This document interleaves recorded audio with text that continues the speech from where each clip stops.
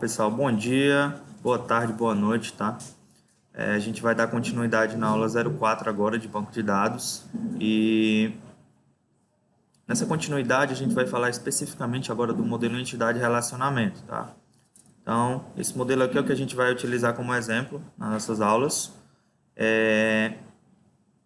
Logo após a gente utilizar esse modelo entidade-relacionamento, a gente vai falar um pouquinho de álgebra relacional, para a gente tentar entender como é que esses processos iniciaram.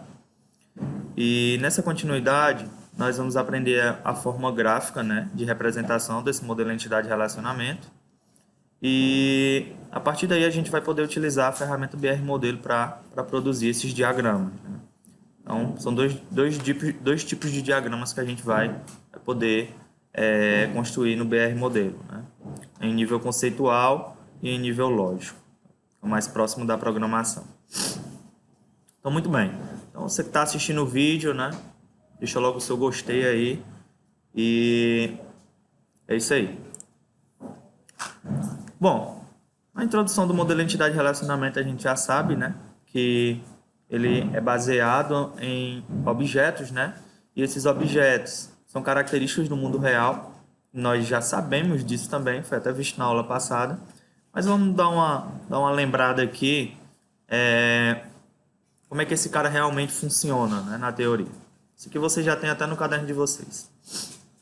É um modelo conceitual e deve estar mais próximo possível da visão que o usuário tem dos dados, né? Essa primeira informação aqui é aquela primeira ideia que eu falei para vocês, né? O usuário enxerga assim e até o exemplo que eu dei para vocês foi de um cadastro, né, de uma tela.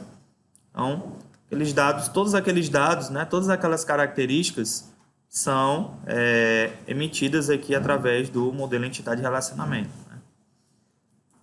Ele tem por objetivo descrever quais dados deverão ser armazenados pela aplicação e como esses dados se relacionam, né? Mais outra vez, esse relacionamento nós vamos, né, definir através das cardinalidades, que no caso vai ser a nossa próxima aula.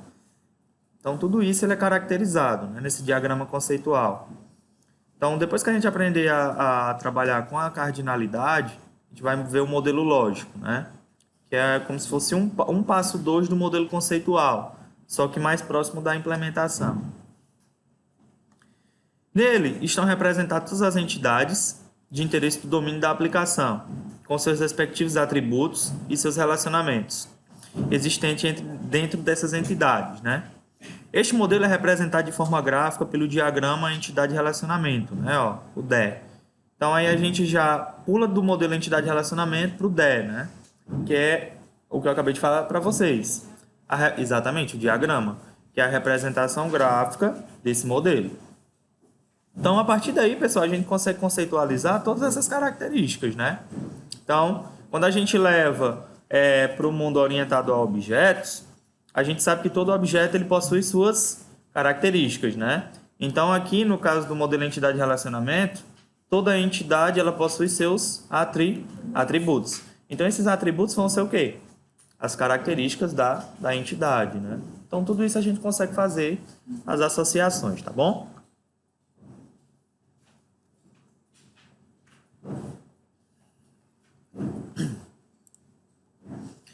E a partir daí a gente entra aqui, né, de como é que a gente faz para identificar essas entidades dentro de um modelo de processo, né? Lá na orientação a objetos, a gente utilizava a abstração, não era assim? Para tentar identificar quem eram os nossos objetos, para depois tentar identificar quem eram as características daquele objeto, para depois tentar identificar quem eram as ações, os métodos daquele objeto, né?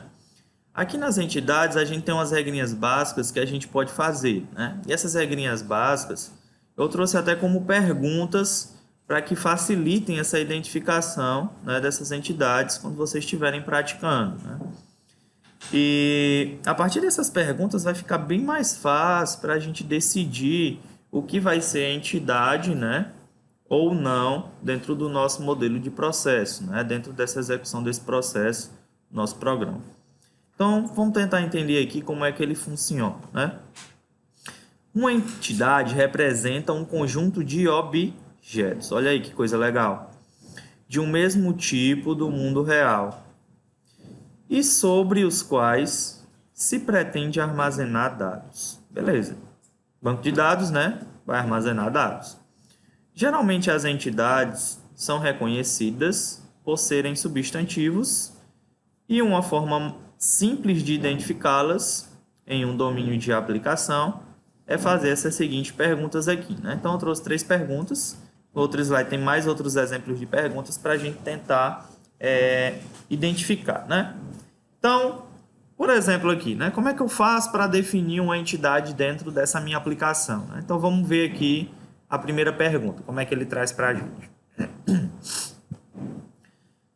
Sobre que objetos ou coisas precisamos guardar a informação? Aí a gente já tira o primeiro exemplo, né? Se eu for fazer um sistema escolar, eu preciso guardar informações de quem? Professor, aluno, né? Então, de cara, eu já sei que o professor e o aluno é o quê?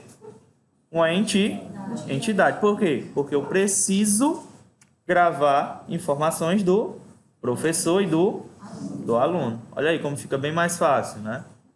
Bem mais fácil. Segunda pergunta. Há mais de um objeto deste tipo? Ou seja, há mais de um professor desse tipo? Sim ou não? Se a gente for levar para o ambiente escolar, sim. Sempre há mais de um professor, né? Vocês têm professor de quê? De química, de história, de quê? Mais de quê? Física, geografia, né?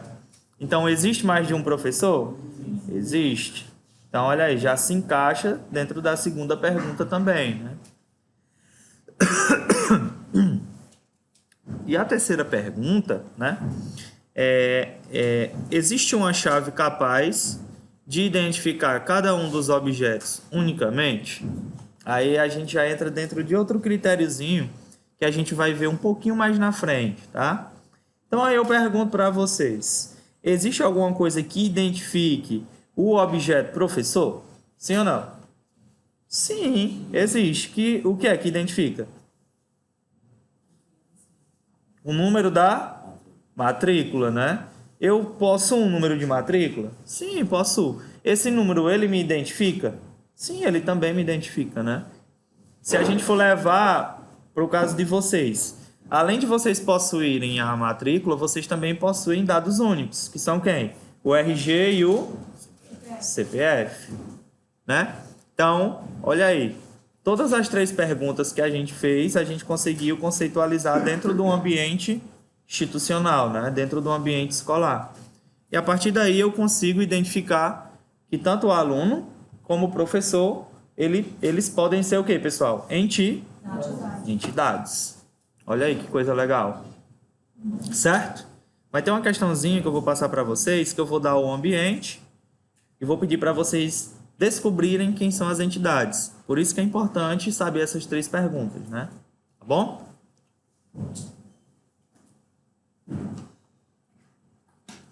Vamos lá. Um exemplo prático aqui de perguntas e respostas, né? De entidades, para a gente tentar entender, beleza? Para ser entidade, as 3 perguntas acima, né, que a gente viu no slide anterior, precisa ter respostas afirmativas, né? Então, essas respostas afirmativas eu trouxe no exemplo aqui do pedido, né? Que é justamente o que a gente vai, né, colocar aqui. Beleza. Esse pedido aqui é um pedidozinho normal, né? O comércio utiliza. E nesse pedido a gente possui várias características, né? Então eu pergunto a vocês, que características são essas aí? Analisem aí o pedido.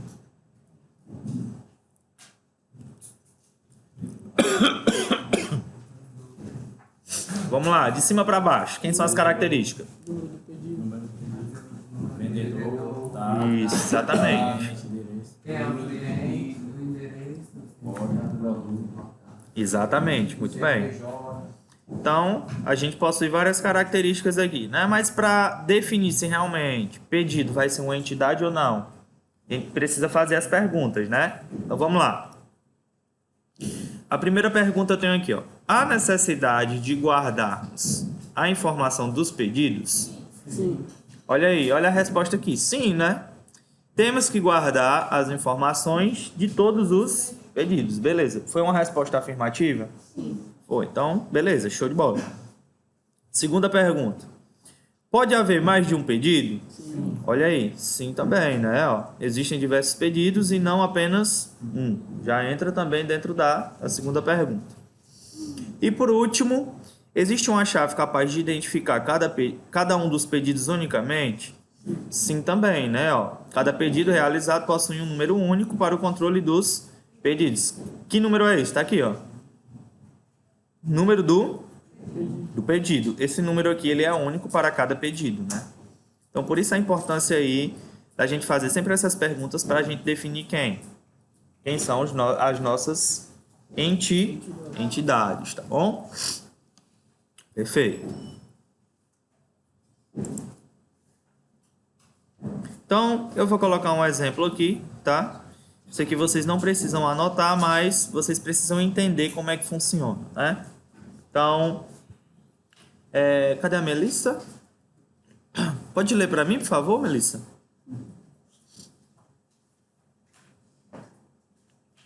Uma escola precisa de um sistema para guardar os registros de dados, alunos, professores, disciplinas e turmas. Nesse sistema, é preciso saber do aluno, matrícula, nome, data de nascimento dos professores. É importante guardar informações como matrícula, nome, CPF, telefone, endereço e data de nascimento. O professor pode possuir telefone, celular e residência. Cada turma tem um nome e um código, assim como as disciplinas também têm nome e código. Um professor pode dar aula de várias disciplinas em várias turmas. Uma disciplina pode ser ministrada por mais de um professor. Um aluno só pode fazer parte de uma única turma. Olha aí o tanto de informação, de características que a gente pode retirar e construir o nosso modelozinho, né? Diagrama do modelo entidade e relacionamento. Então, eu acho que de cara logo, eu coloquei até em vermelho aqui, quem são as nossas possíveis entidades, né? Então, o aluno, a gente precisa armazenar a informação do aluno. Professor, também. Disciplina, também, né? E as turmas, também. Então, todas são possíveis entidades que a gente pode fazer dentro desse diagrama. E que cada entidade dessa possui o quê? Suas características, né? Que vão ser quem? Seus atributos, tá bom? Então, vamos ver como é que funciona isso aqui na prática. Na prática, né, eu trouxe aqui a nossa entidade professor e a nossa entidade disciplina, né? Então, podemos citar, né, como exemplo aqui, as entidades desse sistema: professor, aluno, disciplina, turma e curso, né? Cada uma dessas entidades armazenará um conjunto de objetos do mesmo tipo. Uma entidade é representada graficamente por um retângulo com o nome da entidade dentro do retângulo. Por exemplo, aqui embaixo, né? Então, geralmente, quando eu for passar essas atividades para vocês construírem, né, esses diagramas do modelo entidade e relacionamento, eu vou citar como as características que a Melissa leu, né? Então, a partir daquelas características, vocês vão fazer o diagramazinho, né? Então, a priori, a gente, né, deu o primeiro passo, que é a representação gráfica, né, dessas entidades. Mas ainda a gente não sabe como é que faz relacionamento, a gente não sabe ainda como é que coloca os atributos, tá bom? E é o que a gente vai ver agora, tá? Beleza. Tranquilo? Fácil até agora, né? Tudo bem. Opa, olha aí que coisa legal, né? Agora aqui a gente já tem uma entidade com seus atributos, né? Só que vamos ver aqui como funciona, né? Existem vários tipos de atributos, tá? Cada entidade possui algumas propriedades que definem suas características. Essas características das entidades são chamadas de atributos. Por exemplo, para a entidade professor, é necessário armazenar dados como CPF, nome, telefone, endereço, data de nascimento e matrícula. Esses dados são atributos da entidade professor e são eles que caracterizam um objeto do tipo professor. Então, todas aquelas características a gente associa a quem? A professor. E cada característica dessa, a forma gráfica de representação, né, desses atributos é a setinha, né, acompanhada de uma bolinha, né, E a partir daqui eu coloco o nome do meu atributo, né? Então, muito fácil. Um atributo pode ser representado graficamente por uma bolinha, ligando a entidade com o nome do atributo ao lado, né? Vocês notaram aqui que tem uma bolinha que está marcada, né? Vamos já ver por que essa bolinha está marcada e as outras bolinhas não estão marcadas, tá? Beleza? Então, muito bem. Atributos são as características da entidade. E essas características são representadas, né, graficamente dessa forma aqui, tá? Não tem segredo. Tranquilo? Tranquilo, né? Nas outras entidades, a gente ia fazer da mesma forma? Sim, da mesma forma. Identifiquei as características, faça a representação da forma gráfica, né? Desse jeito aqui, tá bom? Tranquilo? Tudo bem, né? Então vamos lá, vamos para frente. Muito bem, agora a gente entra dentro de dois exemplos aqui, né? Vamos tentar entender como é que funciona. Alguns atributos podem ser divididos em subpartes, com significados independentes. Por exemplo, o atributo endereço professor, da entidade professor acima, pode ser dividido em rua, número, bairro, cidade, estado e CEP. Um atributo que é composto de outros atributos mais básicos é chamado de quê? Atributo composto. Olha aí que coisa legal, que coisa maravilhosa, que delícia, né? A gente aprender isso aqui. Olha aqui, eu sei que o endereço, gostaram, né? Eu sei que o endereço, ele é uma característica, não é? De quem? Do professor. Só que esse endereço, né? Ele é composto por quem, pessoal? Por outros atributos. Daí que ele é chamado de quê? De um atributo composto, né? Olha aí que coisa legal. Já os atributos que não são divisíveis são chamados de atributos simples. Então, por exemplo, o CPF, ele é composto por outra informação? Não, então ele é caracterizado como um atributo simples, né? Muito fácil, né? Tranquilo? Tranquilo. Outro exemplo de um atributo composto, sem ser um endereço. E aí, o que é que vocês acham?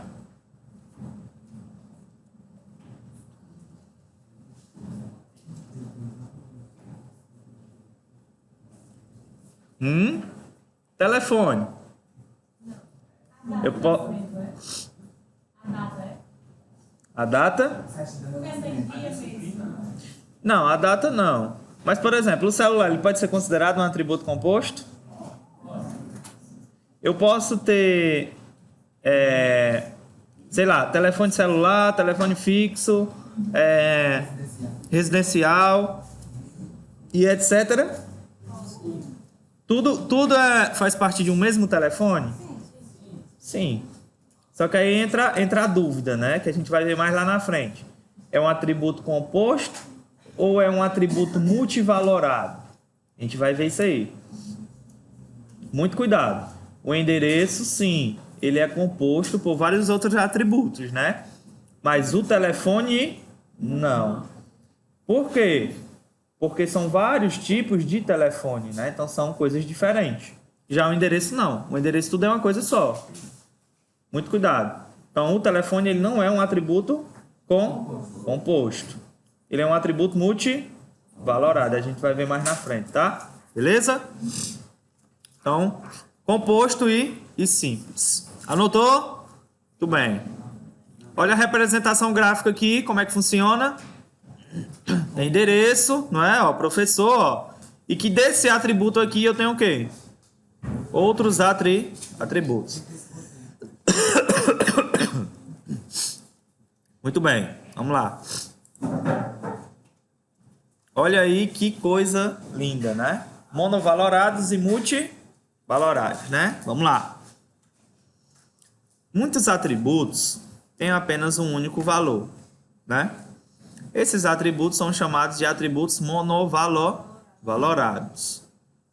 Por exemplo, o atributo data de nascimento do professor, que no caso foi a dúvida da analista, né? A data, por que a data não é, né?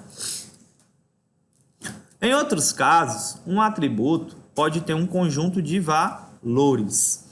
Tais atributos são chamados de atributos multivalorados, né?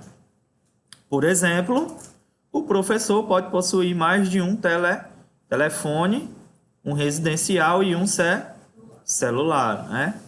Então, representação gráfica aqui do telefone, né, do professor pode ter um celular ou um residencial, ou mais outros tipos de telefone também. Eles deixam de ser telefone? Não, todos vão ser um telefone, né? Todos vão ser um meio de comunicação. Já o endereço, não, tá? Muito cuidado para não confundir o atributo composto com o atributo multivalorado, tá? Porque aqui a gente já vai pegar o valor que vai ser armazenado, né? Muito cuidado aí para você não confundir. Então, a gente já viu o atributo composto, atributo simples, atributo monovalorado e atributo multivalorado. A gente precisa ter muito cuidado, né, na hora de representar esses caras. Por quê? Porque são importantes, pessoal.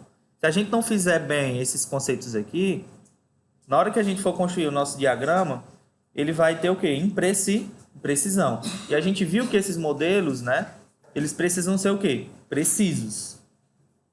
Que a gente vai construir um armazenamento de informações em cima disso aqui.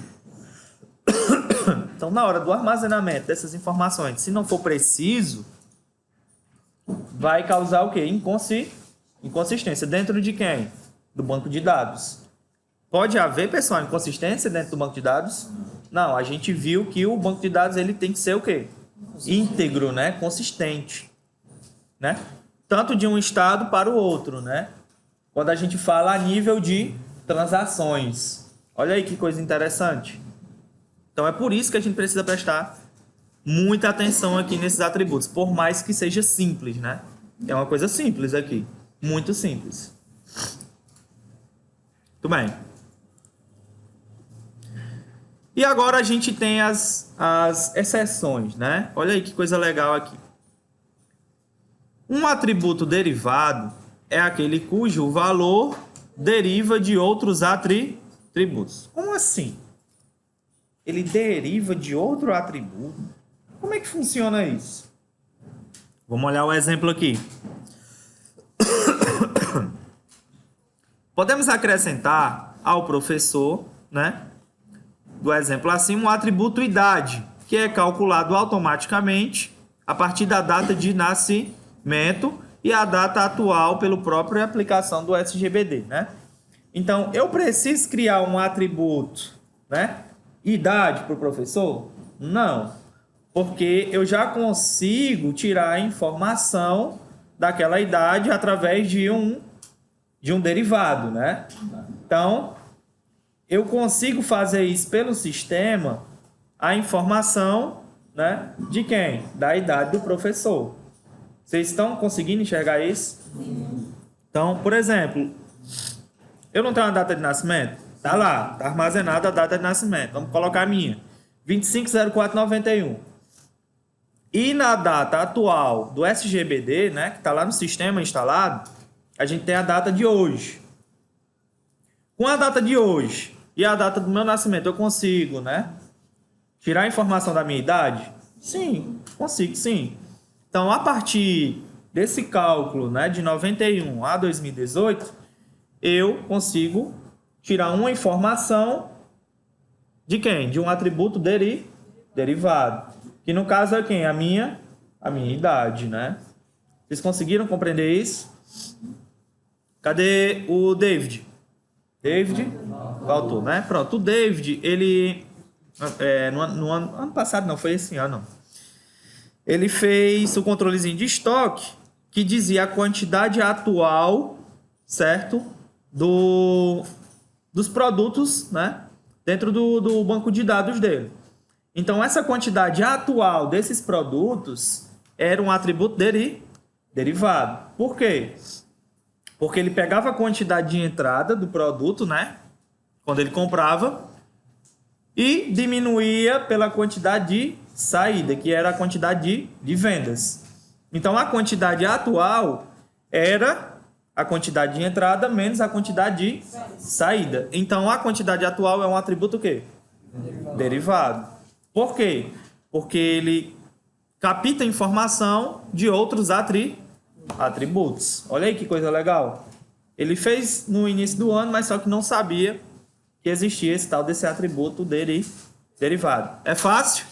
Muito fácil, né?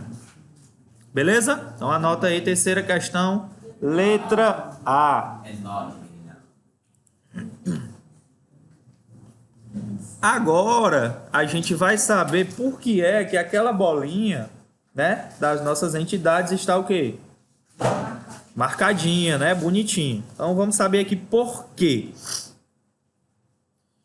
Um conjunto de atributos que tem a propriedade de identificar univocamente. O que é isso, univocamente?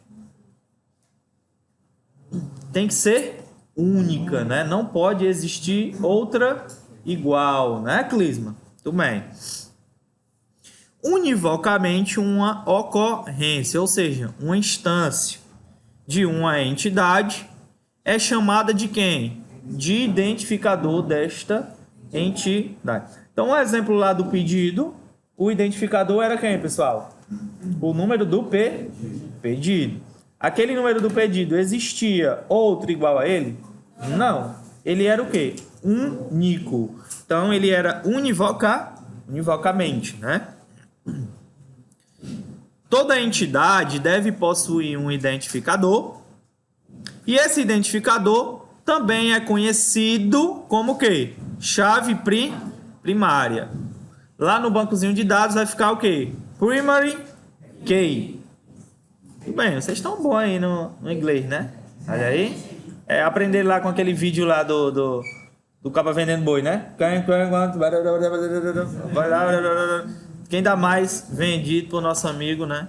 Muito bem, aprendendo, né? Vou botar no status hoje de novo, tá? Para vocês tentarem aprender. Você deve ter reparado que na entidade professor, o atributo matrícula professor é definido com uma bolinha pintada. Olha aí que coisa legal, que coisa maravilhosa, né? Que coisa linda. É definido por quem? Por uma bolinha pintada, né? E esta é formada, né? Uma forma de representação, né, da nossa chave primária. Então tá aqui, ó. Toda vida que eu fizer uma entidade e nessa entidade eu colocar os meus atributos, essa entidade tem que ter o quê? Um identificador, uma chave primária. Então, antes, né, de você criar todos os atributos, eu indico, né, para que você crie o quê? A chave primária. Então, o primeiro atributo que você for definir dessa entidade tem que ser a chave primária. Tá bom? Beleza? Então, essa é a forma gráfica aqui de representação dessa chave, tá? Com a bolinha pintada. Beleza?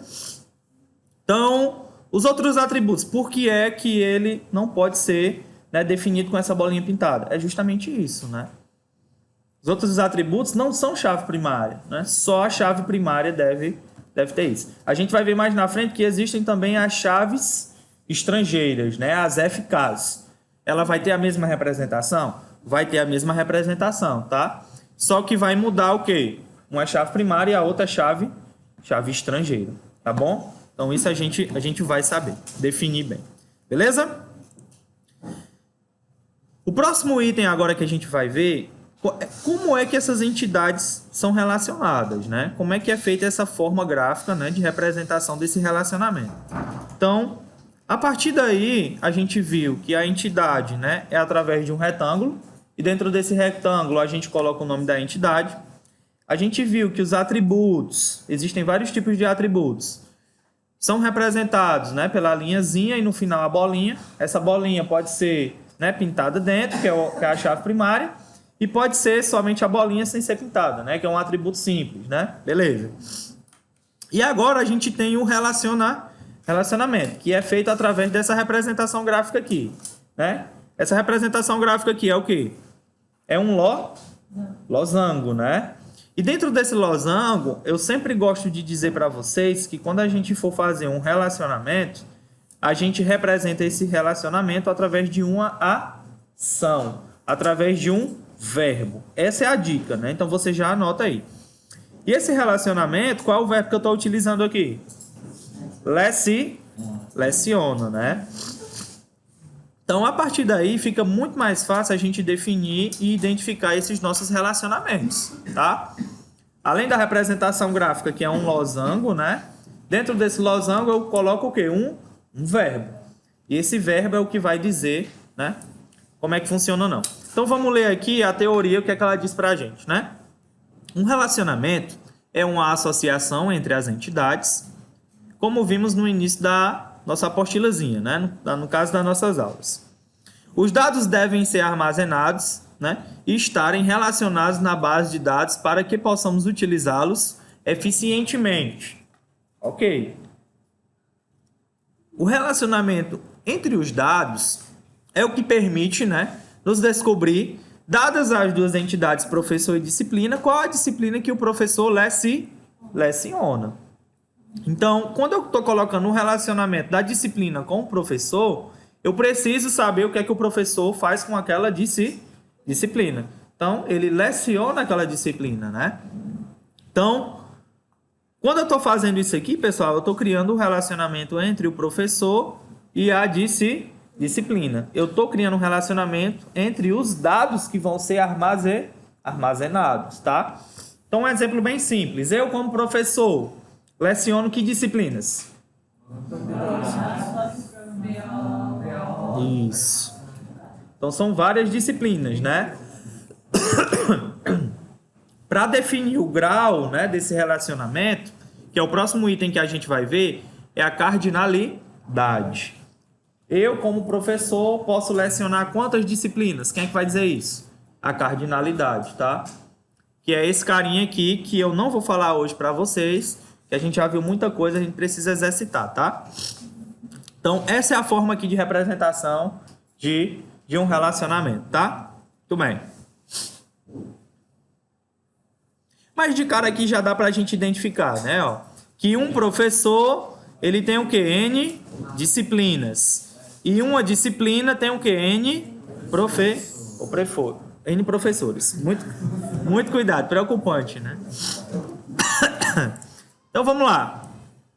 Pessoal, esse relacionamento pode possuir atributos? É verdadeiro ou falso? Olhando para o diagrama fica bem mais fácil, né? Mas se fosse numa questão de prova, eu vou colocar uma questão dessa e vai ter gente que vai errar, tá? Então, terceira questão, letra A, muito cuidado, né? Um relacionamento pode ter atributos. Olha aí que coisa legal, que coisa linda, né? Que delícia. Esses atributos são denominados de atributos o quê? Descritivo. Olha aí, ó. Atributo simples, atributo composto, atributo monovalorado, atributo multivalorado, atributo derivado e agora atributo o quê? Descritivos. Que pertencem a quem? Ao relacionamento. Questão de prova aqui, viu? Se liga aí. Imagine que seja necessário armazenar o ano em que um professor lecionou determinada disciplina. O atributo ano não pode pertencer nem à entidade professor e nem à entidade disciplina. Então, esse atributo ele vai para onde? Para o relacionamento. Ou seja, é um atributo de relacionamento, beleza? No caso aqui é o leciona. E ele só deve ser preenchido com o valor quando for feita a relação entre o professor e a disciplina. Outro exemplo. A data que foi realizado um determinado pedido. Essa data ela pode ser um atributo descritivo? Sim ou não? Sim. O pedido só vai ser realizado quando tiver a relação entre quem? O produto e as vendas, por exemplo, né? né? Ele só realiza o pedido quando ele for vender. Então, quando existe o relacionamento entre essas duas entidades, aí eu posso colocar um atributo descritivo no relacionamento, não tem problema nenhum. Então, essa é a principal ideia. Atributo descritivo, relacionamento. Já associa, anota aí no teu caderno. Não tem como esquecer disso, tá bom? Muito bem, vamos lá. E agora a gente tem nossos lindos exercícios, tá? Para quem tá assistindo a videoaula agora, deixa o gostei, tá? Se não marcou o sininho, marca o sininho que sempre tem novidade, tá bom? No nosso canal. E é isso aí, tá? Valeu!